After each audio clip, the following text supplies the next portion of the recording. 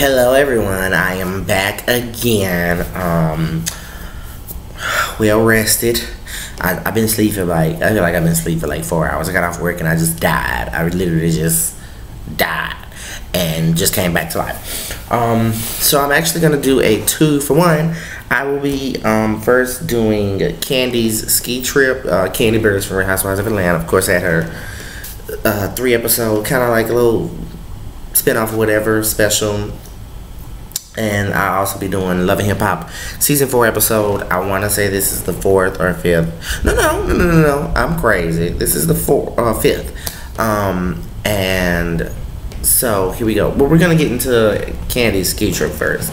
Let my little notes. Oh, so Kandi revealed she when she hosted something on the red carpet for, I think, like the Billboard Awards or Music Award or something.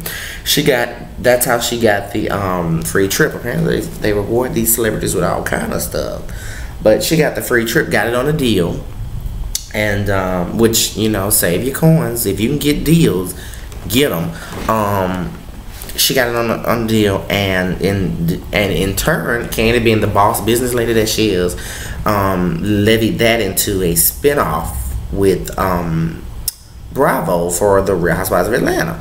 So and she's smart, like, because Nene had a wedding special called I Dream of Nene, and then Kim Zolciak, as we know, has Don't Be Tardy. Well, Kandi has hers locked into her Housewives contract, which is why when Kandi had her last show about her wedding, and when she had this show here, it doesn't just have the title. Like, the last one was called Real Housewives of Atlanta, Kandi's Wedding. This one is called Real Housewives of Atlanta, Kandi's ski trip. Hers is tied into the trips. Basically, you know, more money and, you know, better deals with Bravo. She's a businesswoman, so I can see why she did that. You know, not gonna be too long on it. I will say this before I get started. Kandi's business partner, Don Juan. I don't think I like Don Juan. He's just kind of, he annoys me. I mean, maybe other people may like him, but on TV, me personally, to me, he comes across as just like annoying. And then and also I feel like he tries too hard on the screen sometimes, so, you know. But anyway, so we start with Kandi and Todd and their 2 kids, which one is Kandi's daughter from a previous relationship, Riley, and Todd's from a previous one, Kayla, shopping. And Todd, for some reason, just kept going on about, oh my God, because Kandi was picking out all this stuff for the ski trip. He's like, money this, money that, money this. And I was like, you're a millionaire. Well, according to Mama Joyce, he's a $100,000, and Kandi's the millionaire. And so I was like, why is he worried about how much this costs? And then he whips out his card. I'm like, that's why, because Kandi making him pay for it. Okay, so that explains why he was all like, oh, this costs too much damn money. But what I will say is, you know, rest in peace to Todd's mother, Miss Sharon. She actually passed away, which, you know, no one wants to, you know, hear that, especially his mother. And Todd and Kandi were at the grave, and who shows up to the grave? Mama Joyce.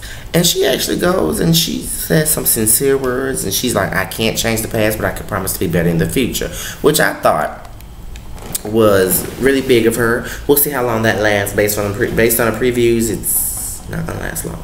But anyway, so after that, we go into basically Kandi, you know, and her family getting together on the trip, getting ready to go and everything.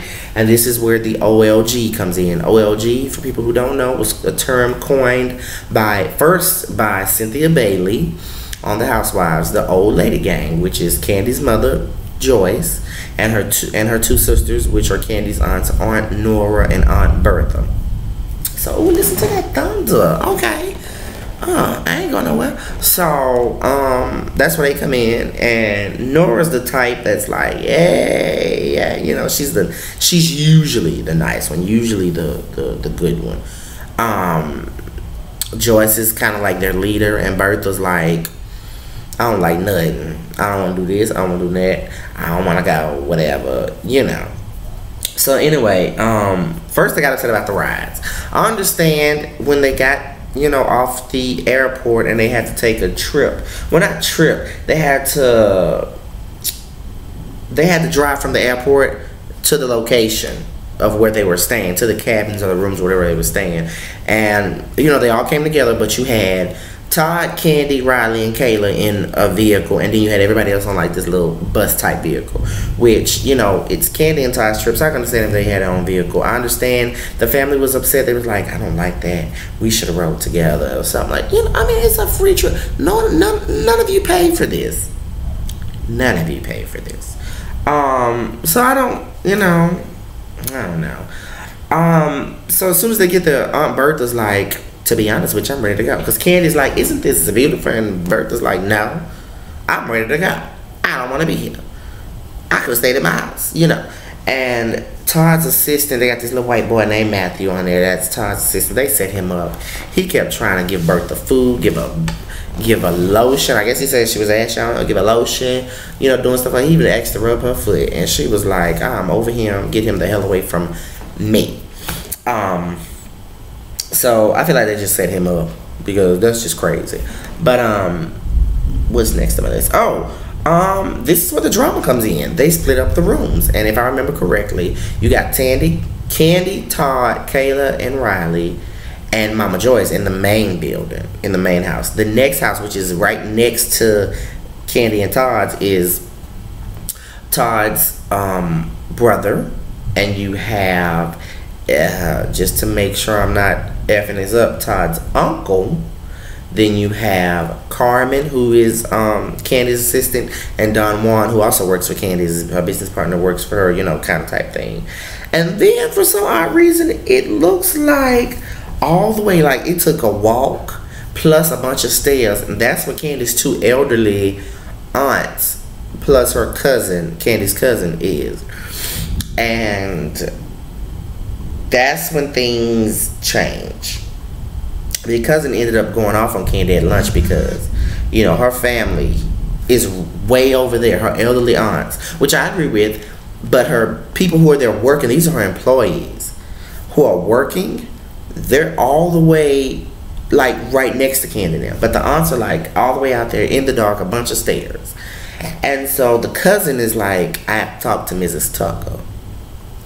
And something was in here, girl. Ooh, something was in here, girl. Got it, though. But, so she's, you know, the cousin goes off, honey, and was just talking about him, and, you know, and just went off on Kandi, and Kandi didn't get it. I don't feel like, I feel like Kandi should have gotten it. Your employees are this close to you, but your elderly aunts are way out there. My family, personally, it wouldn't have happened. No, thank you. If the person was working, you work. So, yeah, you can walk your ass back and forth, up and down stairs. But my elderly family members, if there's a, you know, nice place right next to mine, you know, floor level, they ain't got to walk up there. Why, you know, I just don't understand why Kandi didn't like that. Another thing that pissed me off, you know, I agreed. They said, well, Todd said Kandi, Riley and Kayla can go there. So Kandi goes and talks to Riley and Kayla, and they just get attitudes. No, we like it here. We don't want to go there. Don't make us. Don't do this. And I'm like, what? So Kandi goes, sits back down and starts talking to Todd like they don't want to go.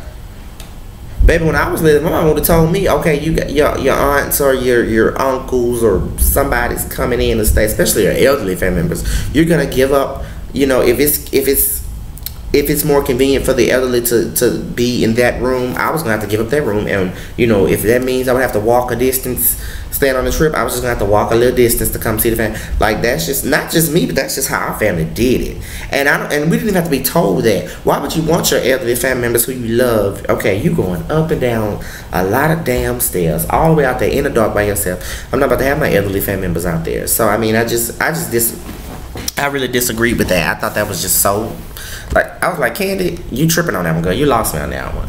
But they finally got together. They ended up putting the assistants out there, which is where they should have been in the first place. Assistants are not family. They're assistants. I don't care how long they've been working for Kandi.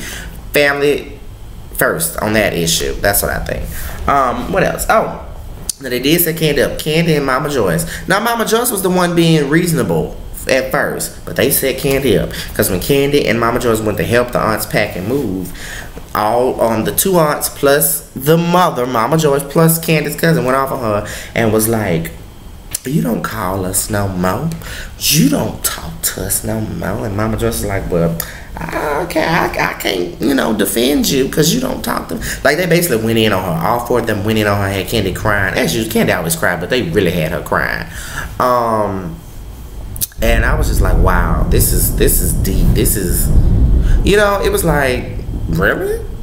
And they seemed, honestly, to me, they seemed a little resentful. Because, like, the cousin, she was like, I'm about to talk to Mrs. Tucker. And it's like they always have problems with Todd. And I agree with Kandi on this one. She was like, it's kind of hard to bring him around when, you know, y'all kept saying stuff about him, saying you didn't trust him. I didn't want him around. But what I don't like is, I noticed the cycle. Mama Joyce, their cousin, Aunt Bertha, Aunt Nora, none of them have men or in healthy relationships, successful, long-lasting relationships. None of them are together. It seems like they all had, you know, kids when they were young and out of wedlock. And, you know, not saying that that's bad, but I'm saying it seems like at that point, you know, it becomes a cycle. Single mothers raising, you know, kids to grow up to be single mothers, or raising sons to grow up to be single fathers or something. And it's like, I like the fact that Kandi's trying to break that cycle and have a cohesive family, but it seems like the aunts and Mama Joyce and the cousin were just feeling some type of way. They were just feeling like we should come first. When someone gets married and they have kids, their family they're living with has to be a little bit first. I mean, you can still care for your, you know, other family members, of course. You can still visit, hang out, but of course you're not gonna have as much free time. You have a husband and a family to take care of. It's not like you're just single like you used to be running around. Or even when she didn't have time, it was just her and Riley. Riley would stay with Mama Joyce and stuff. Well, now Riley has a stepsister who she can spend time with, and then Kandi has a husband who she's spending time with. She has a stepdaughter who she's spending time with. Like, it's I feel like they were being very unfair to her. But at that point, it was really like a you know, to be continued type thing. They kind of left off right there. One thing they did show before that, Aunt Bertha, I've never heard of jumping over a broom solves the problems or erases the problem. I thought that's what you did when you got married. But she made Kandi jump a broom and was like, this is how, you know, we get rid of problems. I'm like, goodbye. Whatever. I ain't never heard of that.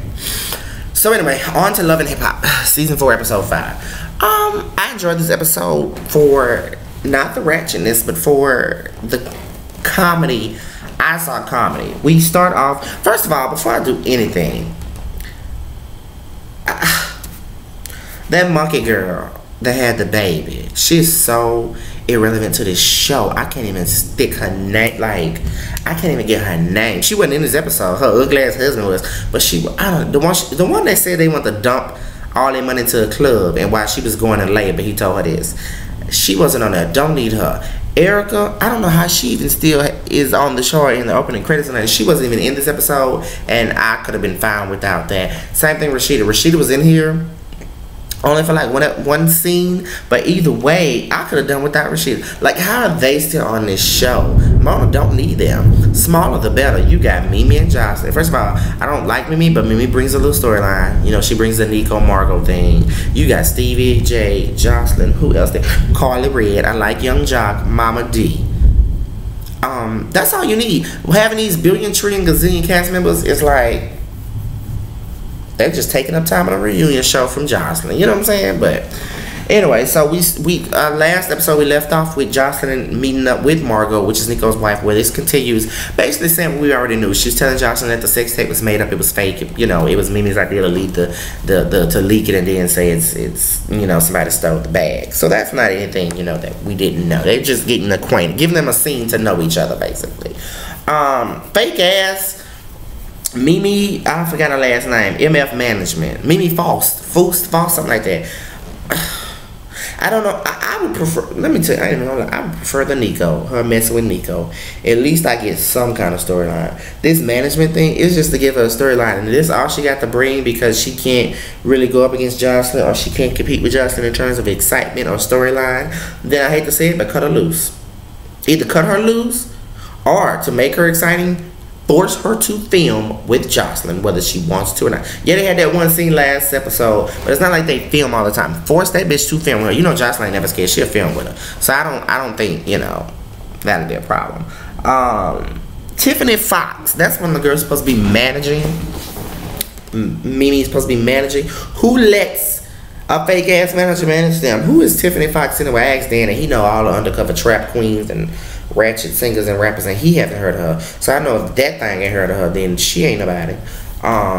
But that storyline to me, I'm just like, good, Mimi, boom. You could have been removed from the opening credits and reduced to like friend of the cast, like your friend Arian. I ain't seen that bitch since the first episode. Don't need to see her anymore either. That's the one Jocelyn was like, "What's up, fake asshole?" And the girl ain't say nothing. Girl, Anyway, so we go to Mama D and her ex-husband Ernest.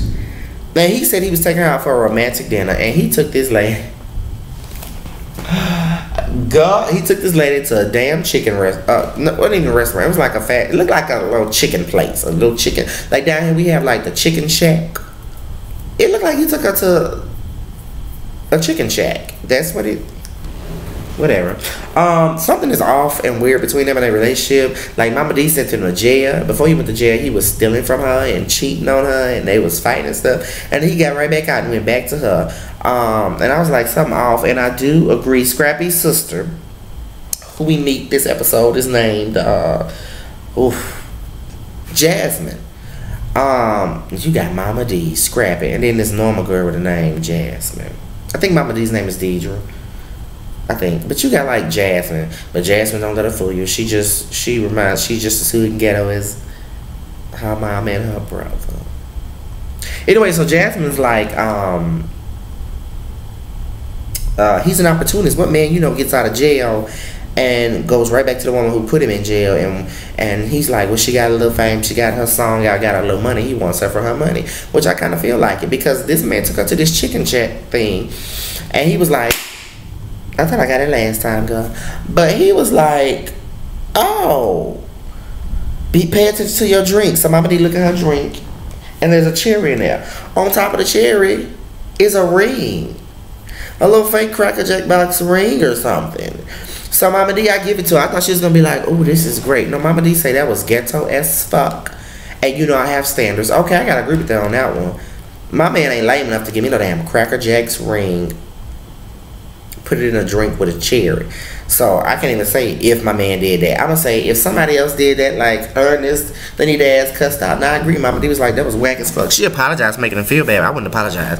I would have told him that's whack as fuck. How the fuck you give me a Cracker Jack box ring in my drink that I'm trying to sip on with a chair on a chair that I'm trying to eat on?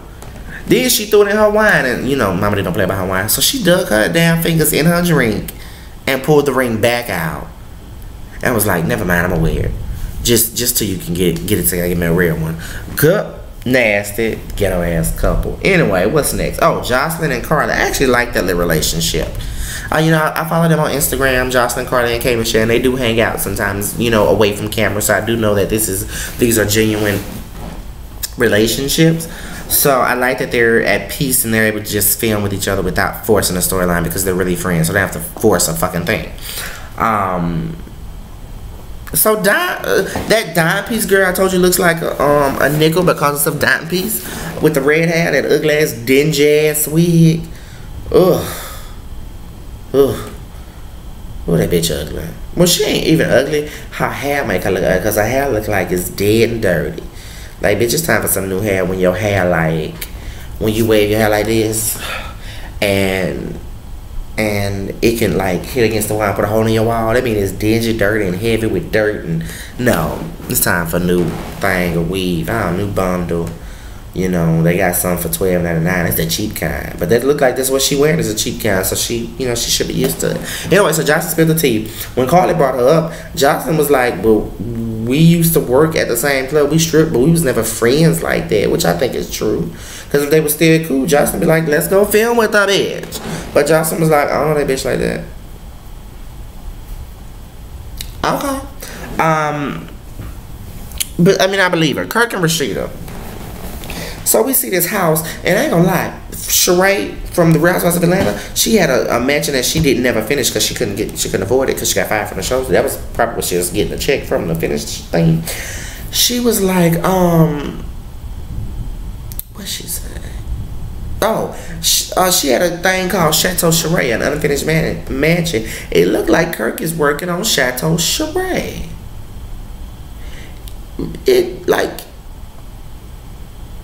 It looked like she working on shirts, I'm sure. But anyway, it do, I ain't gonna lie. So Rasheeda pulls up to Kirk while he, you know, watching the people work, and she gets all upset, and she's like, I just went in our joint account and you took $32,000 out in one day. What did you buy? You know, first of all, can I just say this? He never actually said what he bought. I listened, and I watched the scene twice. And you know, all this arguing they was doing about the 32,000, he actually never said where it went. But that ain't it. That ain't it. Then he drop it on this bitch. What? Oh. Yeah. He $100,000 in the hole. Why? Cause he building that house. Him and Rasheeda building that house. Okay. Not only that, but he bought that apartment that he called the office. He bought that apartment. Not to mention, you know, he has multiple vehicles and bikes that he likes to buy and stuff like this. So their primary income right now is coming from that whack. I can't believe people buy that shit that Rasheeda be wearing and but they do. But 90% of their income right now, because you know she ain't putting out no damn music, even when she was 90% of the income is coming from that whack ass online Instagram ass boutique that Rasheeda got, that she operates out of her home, her closet. And you know, not you know, hey, if she is basically a millionaire for that, get your money. But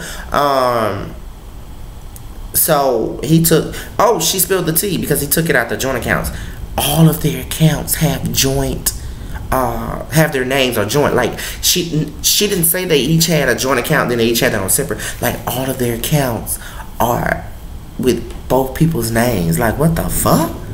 No, nigga, get you a separate. I'm not saying hide it, because me and Chris already talked about this. It is good to have your own separate, not because you're trying to hide someone do something shady, but nobody knows it may happen. Y'all may break up today, and that makes it so much harder, because okay, what if somebody, you know, when people break up, that's when their evil side come out.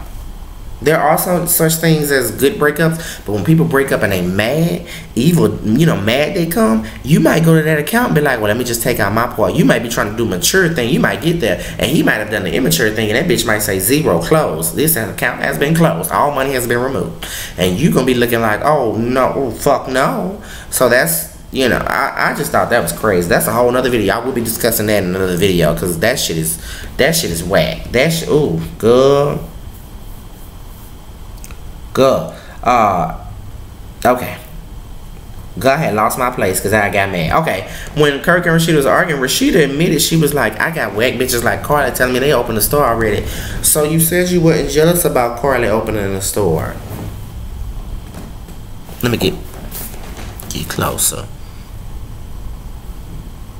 But you wasn't jealous though. You could give a fuck. You don't care because her store is gonna be better. Is that not what you told her? Then why you crying to your husband that she got a store already? If it ain't bothering you. And besides, you talking about you can't open your store because your man keep telling you they don't have the money right now, bitch. He said he ain't had the money, but he went and got an apartment and he building on a house and he still buying clothes and cars and furs and motorcycles and shit. Ain't he? Okay. Okay. Ooh, let me get some of my nerves. Anyway. So Mama D and Scrappy have another scene where she announced that she wants to bring the family together. Her kids, you know, Scrappy and his sister, plus her ex-husband Ernest, plus Ernest's mother, who doesn't like Mama D for putting him in jail. What about this scene, I just want to say, just like Erica and Rasheeda and that monkey girl, I still can't remember that whole name.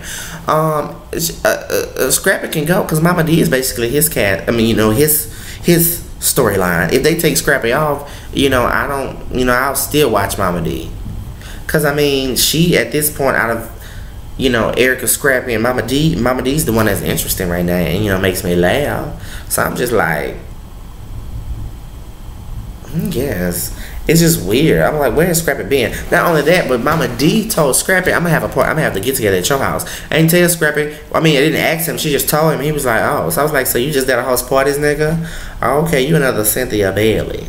Well, you see, with that bitch, she turned up when she almost got fired. So you might want to turn up, Scrap. You might want to turn up.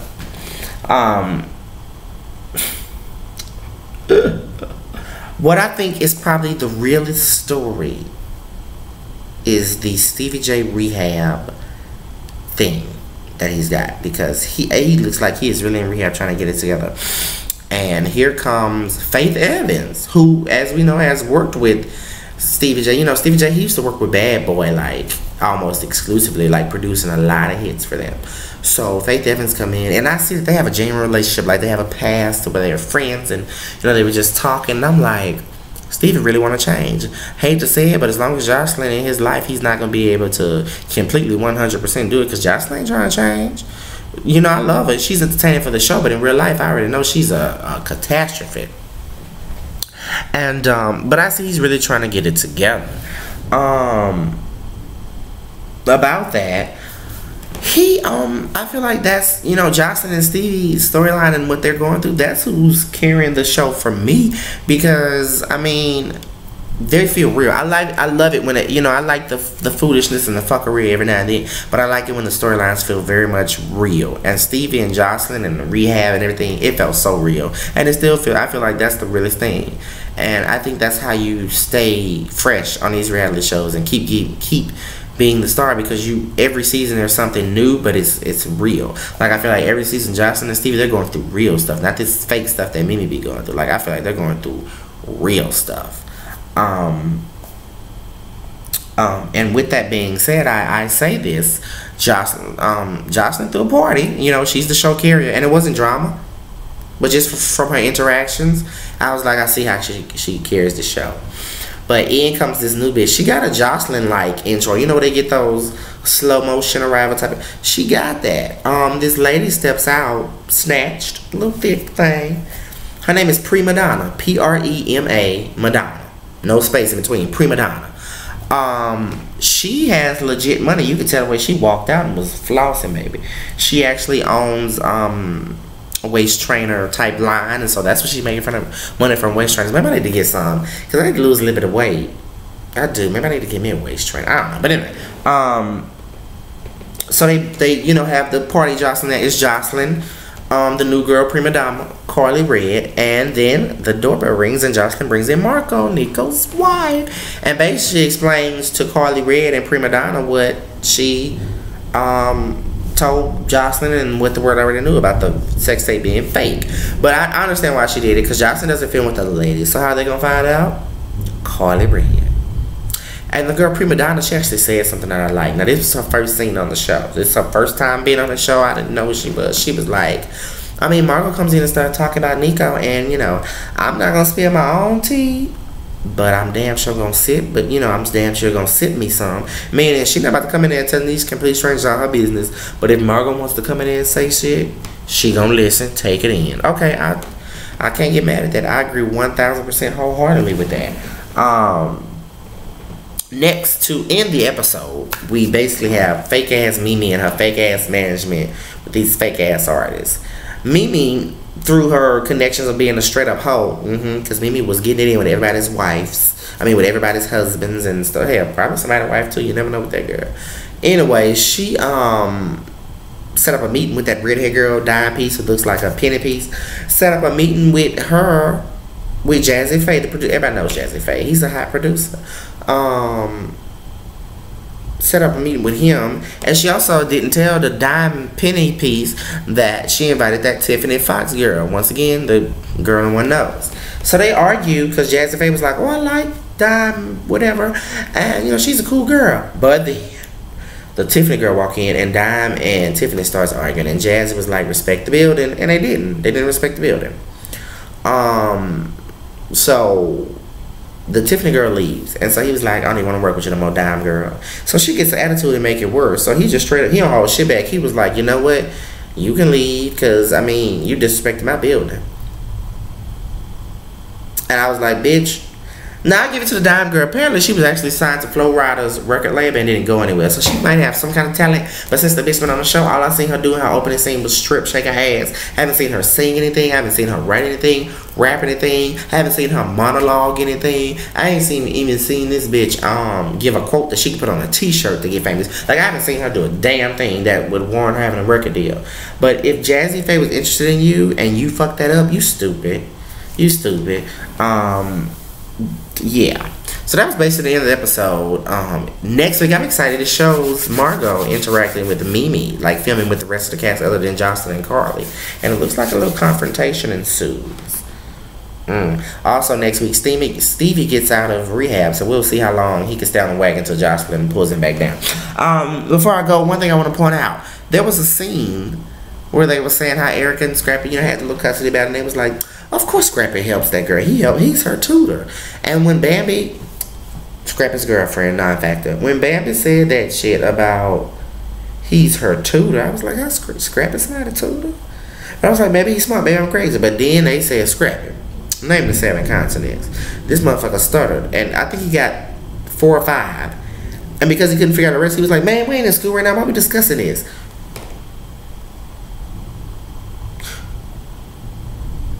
You don't know the 7 consonants, Scrappy? Really? It's only 7 of them. But let me stop, because there might be some people in America or watching this video. I don't know, no shade to y'all, but there might be some people who literally are like, well, damn, what are the 7? Y'all want me to list them just in case? There's North and South America. Those are 2 different ones. That's not one word. North, South America. Europe, Asia, Africa, Antarctica, Australia. I think Scrappy didn't get, I think he got like 4 or 5, and then he was done. He was over it. I was like, ooh. We know Mama D wasn't concerned about you being in school when she was pimping bitches. But, that's basically all that happened. Hopefully, it'll pick up. Because right now it's only Stevie and Jocelyn who are keeping me, like, laughing and interested. And Karlie. I'll give it and Karlie. Everybody else, they're just kind of doing what they do, supporting characters, but they're not even supporting. Like, Stevie, Jocelyn, and Karlie are supporting it. They're being main and supporting characters. They're doing it all for me. So I think I need them to step it up. Or I might just be like, fire half the cast. It happened with Love and Hip Hop in New York. And that killed it for me. So who knows? Like, I don't even... Like, I watch bits and pieces of Love and Hip Hop in New York. That's how boring I think it is. But hopefully it'll pick up. And I shall see you guys next time. Bye-bye.